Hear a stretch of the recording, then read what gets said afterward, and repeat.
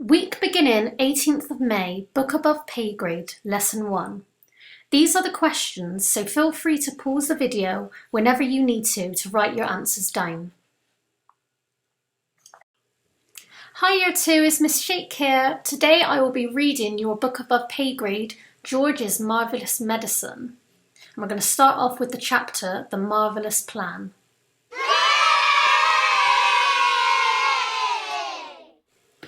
George sat himself down at the table in the kitchen.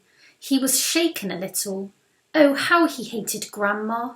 He really hated that horrid, old witchy woman.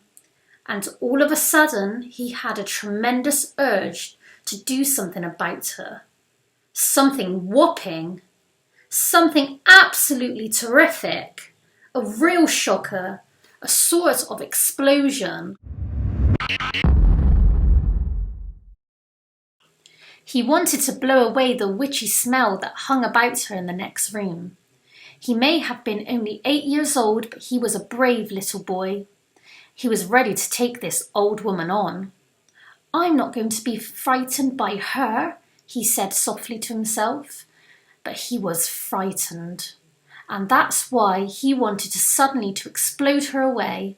Well, not quite away, but he did want to shake the old woman up a bit.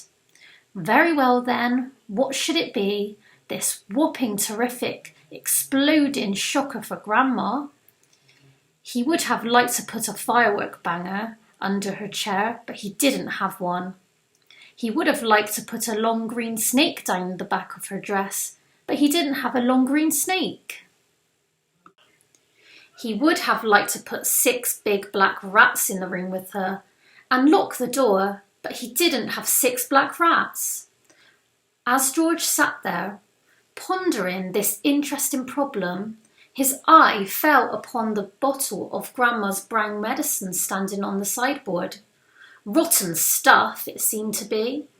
4 times a day, a large spoonful of it was shovelled into her mouth, and it didn't do her the slightest bit of good. She was always just as horrid after she'd had it as she'd ever been before. The whole point of medicine, surely, was to make a person better.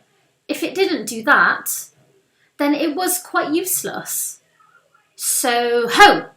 Thought George suddenly. Aha! Ho-hum! I know exactly what I'll do. I shall make her a new medicine, one that is strong and so fierce and so fantastic, it will either cure her completely or blow off the top of her head. I'll make her a magic medicine, a medicine no doctor in the world has ever made before. George looked at the kitchen clock. It said 10:05. There was nearly an hour left before Grandma's next dose was due at 11. "Here we go then," cried George. Jumping up from the table, a magic medicine it shall be. Now it's your turn to answer the questions I showed you at the beginning. Go through the video again and pause when needed.